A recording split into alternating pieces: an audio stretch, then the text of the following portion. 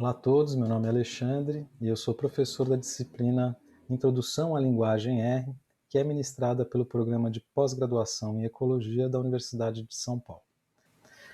Eu já fiz uma primeira videoaula apresentando para vocês o esquema da disciplina neste ano e agora eu vou dar prosseguimento com essa videoaula, onde a gente entra propriamente dito no conteúdo da disciplina, falando de características básicas da linguagem e principalmente focando na sintaxe básica do R e algumas características que são importantes para que vocês se tornem bons usuários dessa ferramenta. A primeira coisa é que nós vamos hoje, nessa aula, nós vamos utilizar o R diretamente no seu console. Então, os sistemas operacionais em geral têm algo que se chama terminal ou prompt, no Windows é chamado também de prompt, e nesse terminal, se você digitar o comando R e der um Enter, você vai iniciar uma sessão do R. Então, a gente vai hoje, excepcionalmente, trabalhar nessa sessão do R diretamente no que a gente chama de console do R. Então, aqui eu iniciei o R e agora eu tenho o console, o que é a minha comunicação com R propriamente dito.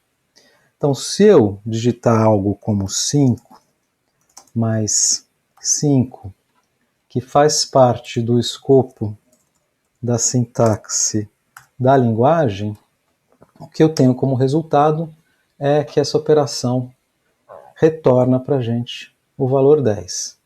Então, nesse momento, o que aconteceu foi que o R, ele transformou essa linha de comando que está na sintaxe da linguagem em informação associada à linguagem de máquina e processou essa informação na máquina através uns e zeros, então a linguagem de máquina é uma linguagem binária, e retornou no console do R o valor dessa operação, do resultado dessa operação. Pois bem, isso é uma característica então importante da linguagem, que ela é uma linguagem chamada de interpretativa. A transformação, a tradução da informação na linguagem R diretamente para a linguagem de máquina sem a necessidade de fazer a compilação do código. Nós temos a interpretação do código diretamente. Outras linguagens, elas precisam ser compiladas antes de poderem ser executadas. Uma outra característica que é importante no R é que se eu digitar uma palavra aqui no seu console, ele vai me retornar uma mensagem de erro dizendo que esse objeto não foi encontrado. Então, qualquer palavra que a gente digita no R sem colocar aspas, o R entende isso como sendo o nome de objeto. E o R também tem uma outra característica, que é de ser uma linguagem que é orientada a objetos. Tudo no R é objetos. Então ele buscou lá nos seus compartimentos de memória se existia algum objeto com esse nome e não encontrando, ele retornou essa mensagem de erro dizendo que esse objeto não existe, não foi encontrado. Então, se você quiser digitar algo no R, você precisa colocar entre aspas. Então, entre aspas, o R entende isso como sendo caracteres. Então, um primeiro tipo de informação que o R é capaz de armazenar é a informação de caracteres. Então, caracteres sempre vão ser entre aspas. E, como tudo no R é objeto, a gente precisa saber como atribuir algo a um objeto. Então, basicamente, a gente usa as funções de atribuição. Então, a mais comum de ser usada é a atribuição com o sinal de menor e um traço. Isso está significando que a gente vai atribuir algo que vai ser colocado à direita para um objeto cujo nome está à esquerda. Então, nesse caso, a gente vai atribuir a frase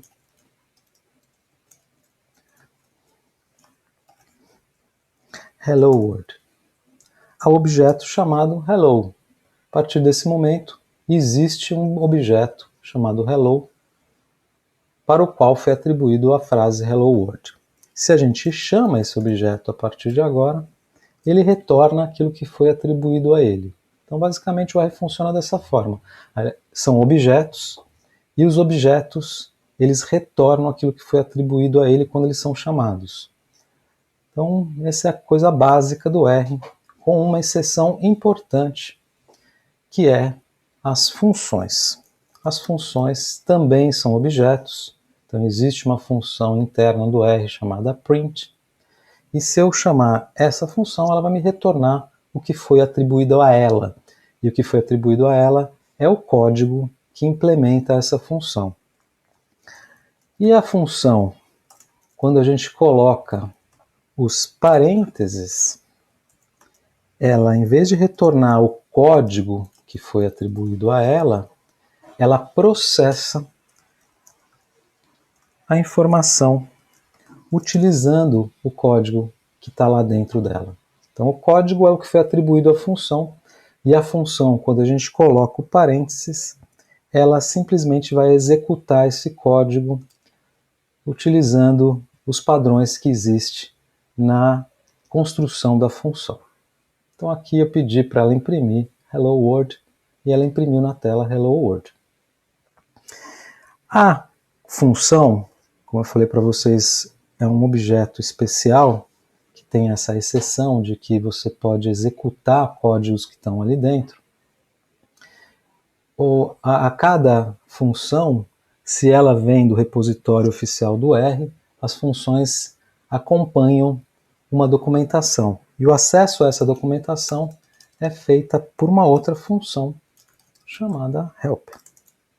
Então, se eu peço help print, print é um objeto, esse objeto é uma função, ele me retorna então a documentação básica associada a essa função, e vocês vão ver que existe um padrão na produção dessa documentação, e uma coisa que é importante, que fala o que a função faz, e uma outra coisa importante é quais são os argumentos que ela aceita. E os argumentos nada mais são do que pequenas modificações que a gente faz nessa operação que a função faz nos objetos. Então, a gente fornece alguma flexibilidade, uma generalidade às funções, o programador, quando ele inclui essas variantes que estão associadas a esses argumentos. Então é muito importante a gente, sempre que for usar uma função pela primeira vez, ou quando esqueceu como uma função trabalha, é a gente consultar essa documentação. Tem detalhes, tem referência, também tem funções análogas, então pede para você ver outros tipos de funções que fazem coisas similares, e te dá também exemplos. Esses exemplos eles podem ser rodados, executados no R. Vocês vão ver que tem uma função também que roda o exemplo das funções, e eu vou mostrar para vocês isso depois. Tá? Mas basicamente é isso. Então, funções é uma classe de objetos. Então, qual é a classe do objeto print? Ele vai responder para a gente, então, que o objeto print é da classe funções.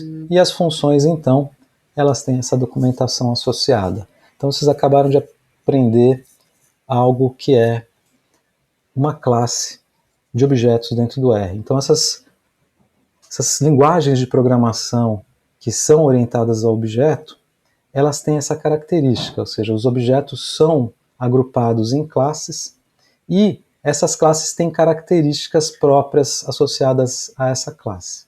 Então pensa assim como se fossem objetos que a gente classifica. Então você tem faca, você tem martelos, você tem cama, que são nomes genéricos para objetos onde você agrupa a cama do seu irmão, a cama da sua mãe. Então são camas diferentes, Então são objetos diferentes, mas que são manipulados da mesma forma dentro do R. Então, basicamente, o que significa uma linguagem computacional ser orientada para objeto é que tudo que é manipulado são objetos, e esses objetos são classificados e dependendo da classe a que pertence, você vai ter a manipulação de uma forma diferente. Então, todo objeto tem uma classe. Normalmente o R ele fornece uma classe quando você cria um objeto. Por padrão, o R vai tentar encaixar esse objeto que você criou dentro de uma classe e depois você pode modificar essa classe se houver necessidade. Então vamos dar uma olhada um pouco nessas questões associadas a uma linguagem orientada a objeto. Eu posso pedir, por exemplo, para a mesma função print, e posso ir lá olhar na documentação da função, e vou ver lá que entre os argumentos que estão ali colocados, existe um argumento que se chama... Então, o primeiro argumento é x, que é o objeto que a gente vai manipular, a função vai manipular. Existe um que se chama digits. E se eu colocar digits igual a 3, a função print, então, retorna aqui para a gente, com esse padrão desse digits igual a 3, o número com 3 dígitos. Então é assim que a gente manipula os objetos usando os argumentos. Se eu não colocar o argumento aqui digits, por padrão, print retorna os 7 primeiros dígitos do número. Então eu posso atribuir esse valor aqui a um objeto chamado número, e a partir de agora, se eu peço para o número me retornar aquilo que foi atribuído a ele, ele retorna isso para a gente.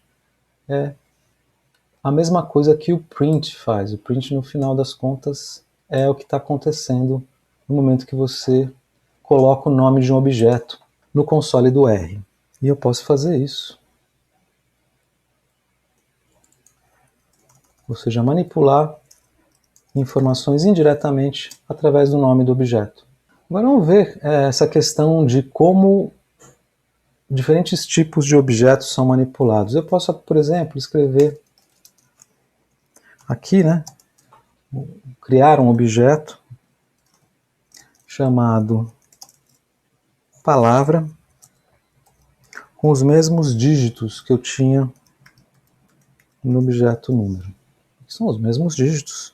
A única diferença é que palavra tem aspas. Então, o número, eu posso operar ele algebricamente. Então, o número, se eu pedir a classe do objeto número, ele é numeric. Então, eu posso operar algebricamente. A classe de palavra, ela é uma outra classe, é um caractere. E caractere eu não posso operar, então não permite operações algébricas. Então essa é diferente. Se eu quero que algo seja caractere, mesmo sendo dígitos, eu coloco entre aspas, e se eu quero que algo seja número, o dígito tem que vir sem aspas.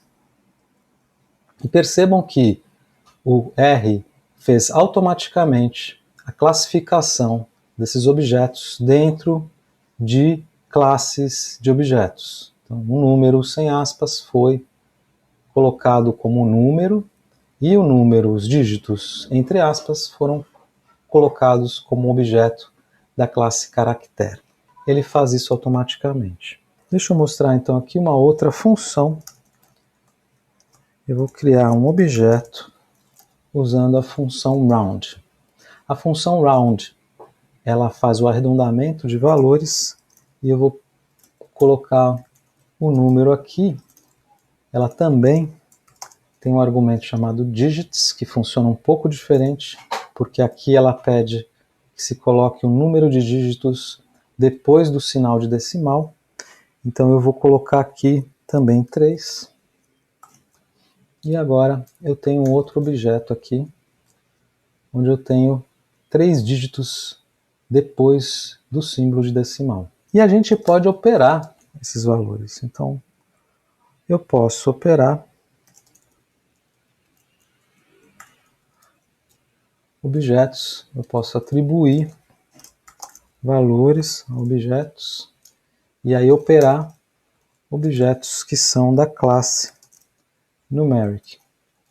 Então, os classe numeric existem. Ok, mas não tem muita vantagem, né? Porque no final das contas aqui a gente fez a atribuição de o valor 10 para um objeto 10, sendo que 10 tem só 2 dígitos, então é uma digitação muito simples, né? Você digita lá 1 e 0 e você tem o valor 10. Enquanto que a palavra 10, né, o nome do objeto, ele tem 3 caracteres, então a gente não está ganhando muito com essa operação.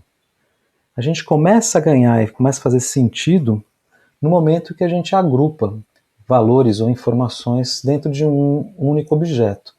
Então, a forma fundamental e básica do R para armazenar ou combinar a informação é o vetor. Então, vetores são combinações de informações. Combinar ou concatenar no R é você usar a função que faz essa junção de informações, essa combinação de informações. Então, o que eu estou pedindo aqui para o R fazer? Estou pedindo para o R para colocar junto os valores que vão de 1 a 10. E eu posso, ele me mostra isso na tela, e eu posso atribuir isso a um objeto.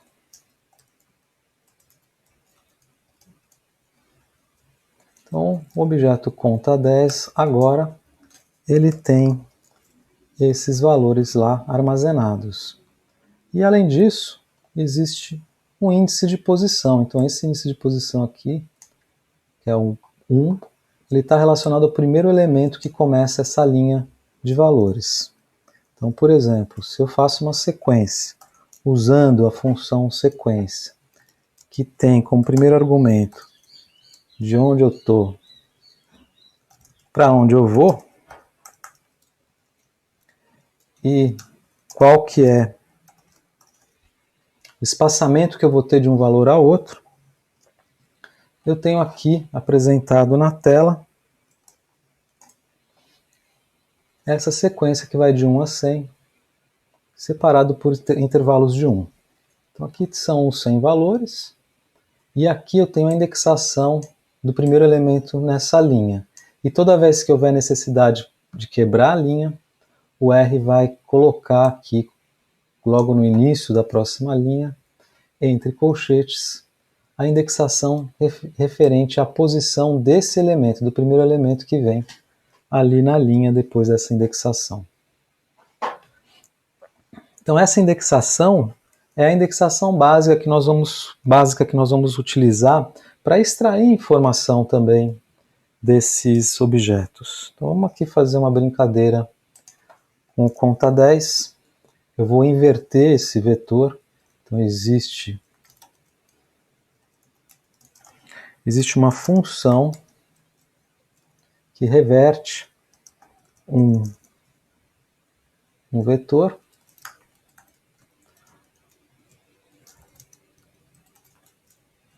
Então, inverti. Agora eu tenho um vetor que vai de 10 a 1.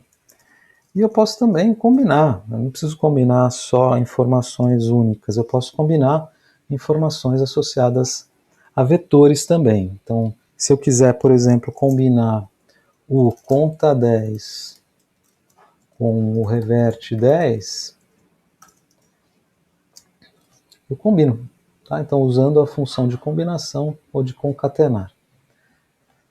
Bom, tendo concatenado isso, vou chamar esse objeto de desconta 10. E eu posso então, vamos só, eu sempre faço isso, eu verifico se eu tenho ali naquele objeto, construir ele, se ele tem lá a forma e os elementos da maneira como eu estou pensando. E se eu tenho esse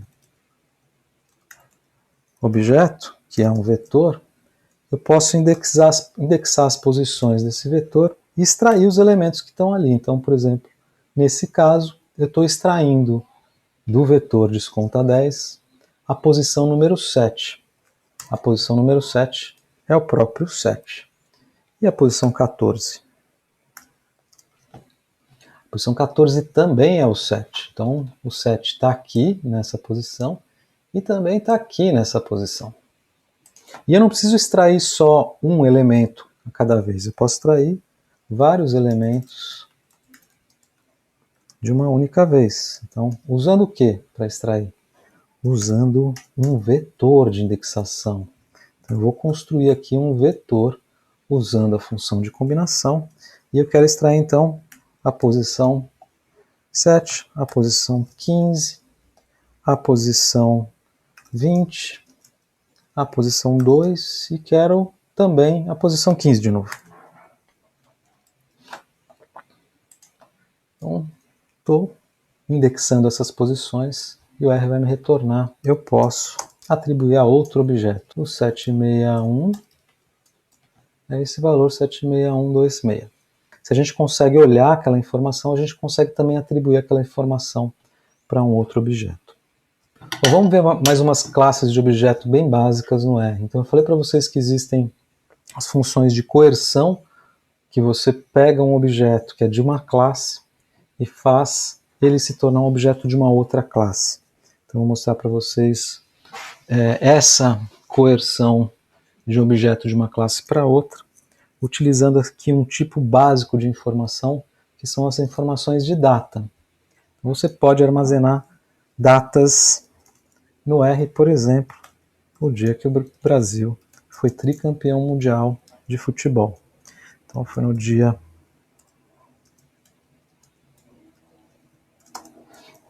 21/6/70, na Copa do México. Desculpa aqui, né? E eu posso armazenar também a data referente à Copa de 94, que foi nos Estados Unidos.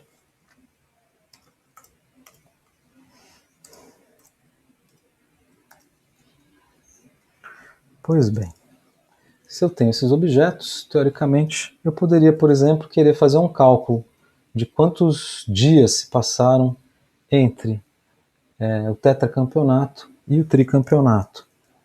E fazer a operação básica, que é a Copa de 95. Não é 95, não, é 94. Está errado. Então vamos retornar aqui para a linha de código anterior, acertar isso. Bom, a Copa de 94 menos a data da Copa de 70. Fazendo isso, ele me retorna dizendo que esses valores não são operáveis. Então, você não pode operar valores que não são numéricos. Então, como é que a gente faz para operar data? A gente tem que fazer a coerção desses valores para um objeto que possa ser operado. Então, as date, então tudo que começa com as, ponto, são, não tudo, né, mas no R por padrão, as ponto significa faça a coerção do objeto a seguir no formato que vem depois do ponto. Então, as numeric, as character são funções de coerção para numérico e para caractere.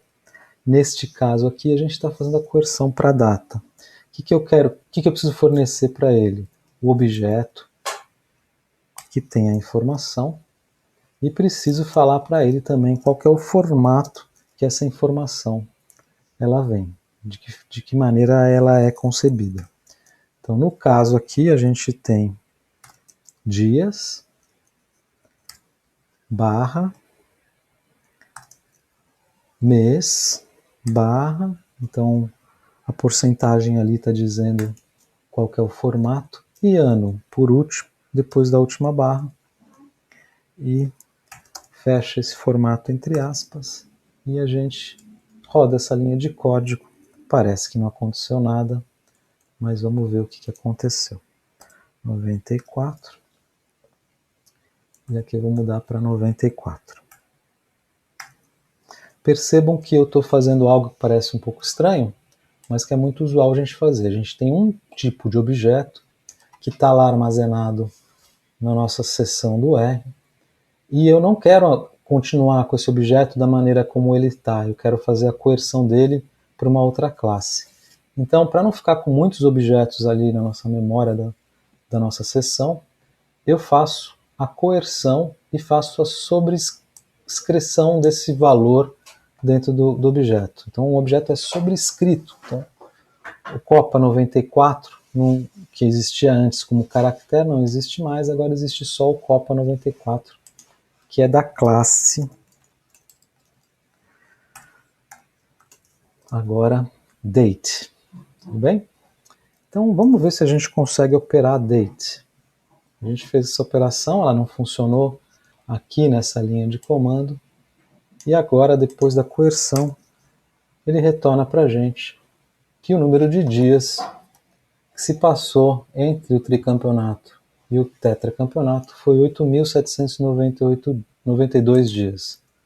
Então, legal, vimos uma função de coerção, então agora a gente já aprendeu mais um tipo de informação que é armazenada no R, que é a informação de data. Eu queria apresentar para vocês o falso e o verdadeiro. Olha que interessante, a gente tem palavras reservadas no R, que é o true, e false. Então, true e false são objetos reservados, eles armazenam dentro dele verdadeiro ou falso, mas também eles funcionam como se fossem zeros e uns. Então, falso é 0 e true é 1. E eu posso operar esses valores. Então, se eu multiplicar o true por 100, ele me retorna 100. Se eu multiplicar o falso por 100, ele me retorna 0. Então, eles funcionam basicamente como zeros e uns mesmo. Então, eu posso até dividir, 100 pelo falso. E essa operação, que teoricamente não é factível, na matemática, na álgebra normal, ela nos retorna infinito. Tá? Então, é como se a gente tivesse dividido o valor de 100 por um valor muito pequeno e muito próximo de zero. Então, infinito também é uma palavra reservada no R, e ela pode também ser operada. Então, multipliquei o infinito por menos 1, agora eu tenho menos infinito. Então, a gente tem, além dos verdadeiros e falsos, nós temos algo no R que são as operações lógicas, os valores verdadeiro e falso. São o resultado dessas operações lógicas. E como é que a gente faz operações lógicas no R? Quais são esses operadores que a gente tem? Vamos ver aqui. Eu posso me perguntar, será que número, que é esse valor que tem aqui, que a gente armazenou dentro desse objeto, ele é maior que 1? Então essa é uma pergunta que faz parte da sintaxe do R. Ele vai lá, olha o valor que está lá dentro, faz essa operação. Se for true, retorna true. Se for falso, retorna falso. Então, se eu perguntar se número é menor ou igual a 1, ele retorna que é falso, não é nem menor e nem igual a 1. Então, vamos ver uma diferença entre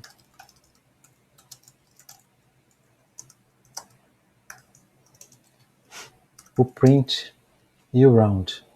Então, aqui eu estou pedindo para ele verificar se o número, depois de ser operado pelo print com 3 dígitos, se ele vai ser igual ao número. E a resposta a essa operação é sim, é true. Então ele foi operado pelo print, que imprimiu na tela 3 dígitos desse valor, e depois ele falou que é true por quê? Porque apesar de ter impresso na tela esse valor com 3 dígitos só, ele não transformou esse valor. Vamos ver o que acontece aqui se a gente, em vez de usar o print, a gente usa o round. Então, com 3 dígitos, mesma coisa, vai dizer que é falso. Por que é falso? Porque eu estou arredondando realmente aquele valor, não estou só mostrando ele na tela arredondado, eu estou simplesmente transformando o valor para 3 dígitos, um valor que tinha 9 depois da vírgula 9.